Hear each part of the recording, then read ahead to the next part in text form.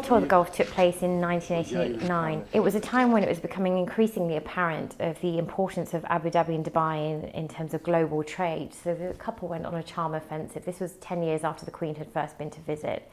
So they pretty much replicated her visit. They went to visit their royal counterparts in the UAE, in Kuwait, in Saudi, in Oman and Bahrain, and they really immersed themselves in the local culture. They ate in people's homes, they stayed in the royal palaces, and they met the women of the household.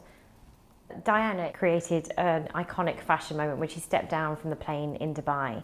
She was wearing a high-waisted electric blue sheathed pencil skirt, a matching white jacket with blue lapels, but most interesting of all was the turban hat that she was wearing. Not only did it fit in with cultural sensibilities because it completely covered her hair, but it was a real star moment. The most poignant moment of the trip was when royalty met royalty. Sheikh Zayed rolls out the red carpet for Prince Charles and Princess Diana, and for the first time we see Princess Di looking slightly unsure of herself. So Sheikh Zayed is the one who goes forward, grasps her hand very warmly and greets her. He asks Prince Charles about the health of his mother, and Prince Charles replies by making a joke about the weather in Britain. And when we come from Britain, all we're looking for is the sun. There is one moment where Sheikh Zayed then turns to the princess and tells her about an island he's developing. He has here an island that he has developed himself. There are 10,000 sites of it, and we speak about himself. Clearly we know with hindsight that this island was Sibanias, but of course neither icon lived on to see it actually come to fruition.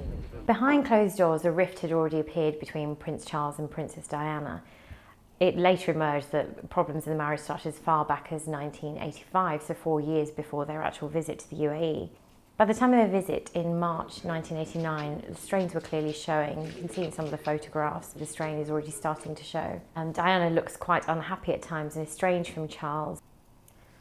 Despite her inner turmoil and the obvious problems in her marriage, Diana was a consummate performer. She was always great at putting a brave face on it, by showing her compassion, by wearing her heart on her sleeve, and that's what warmed the public to her. That's why she earned the nickname the Queen of Hearts.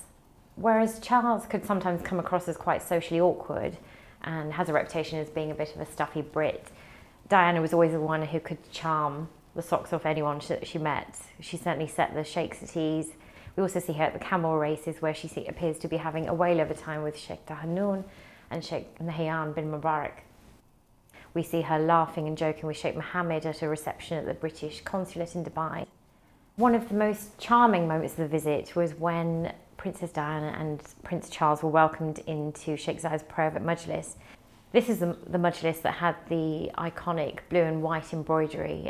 We see it in a lot of the older pictures of Sheikh Zayed in the early days of the UAE. Completely by coincidence, Diana happened to be wearing a blue and white floral shara kameez that completely matched her surroundings. She looks totally at ease, and she looks completely awestruck and overwhelmed by the hospitality she's shown.